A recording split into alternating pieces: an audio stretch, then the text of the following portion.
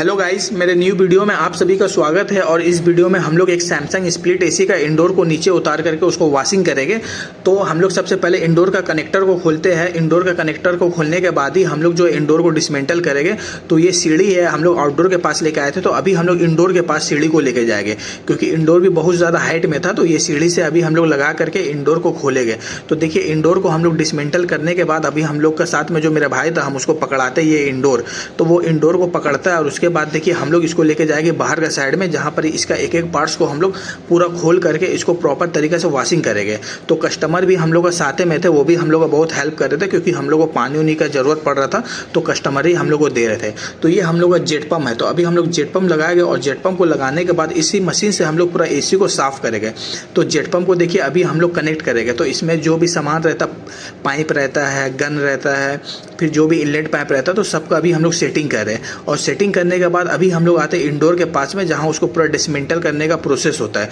तो देखिए उसमें बहुत सा पार्ट्स लगा होता है, जैसे पीसीबी बोर्ड हो जाता है, उसके बाद ट्रे हो जाता है, डिस्प्ले हो जाता है, कूलिंग कॉइल हो जाता है, ब्लोअर हो जाता है। तो हम लोग सभी पार्ट्स को डिसमेंटल करेंगे। डिसमेंटल करने के बाद सबको अलग करके उसके बाद उसको प्रॉपर तरीके से साफ करेंगे। तो आप देख सकते हैं इंडोर का कूलिंग कॉइल कितना ज़्यादा गंदा है, वो बहुत ही ज़्यादा गंदा था। इसके वजह से हम लोग को नीचे उतारना पड़ा इसी को। तो अभी हम लोग उसका ट्रे को खोल लिए। ट्रे को खोलने के बाद अभी हम लोग उसका पीसीबी को खोल दिए, और पीसीबी को खोलने के बाद अभी हम लोग उसका कूलिंग कॉइल को खोलेंगे। तो कूलिंग कॉइल को खोलने के लिए उसका बहुत सारा नट रहता है। तो नट को हम लोग खोलने के बाद देखिए कूलिंग कॉइल को डिसमेंटल करके हम लोग बाहर की तरफ निकाल लेंगे। तो कूलिंग कॉइल को हम लोग एक सेफ जगह में रख दिए। फिर उसके बाद हम लोग ब्लोअर के पास आते हैं। तो अभी हम लोग ब्लोअर को खोलेंगे और फैन मोटर को खोलेंगे।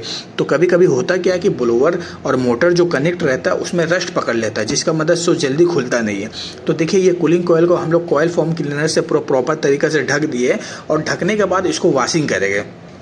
तो वॉशिंग का भी एक प्रोसेस रहता है। कभी भी हम लोग कॉइल क्लीनर मारते हैं तो उसको 10 से 15 मिनट के लिए छोड़ देते हैं, कि उसका अंदर में जितना भी कचरा रहेगा वो बाहर की तरफ निकल जाएगा। तो जब तक हम लोग उसका बेस रहता है, ट्रे रहता है, सभी को हम लोग वॉशिंग कर रहे हैं। सबको देखिए हम लोग वॉश करके रखेंगे। फिर उसके बाद हम लोग कूलिंग कॉइल को धोगे।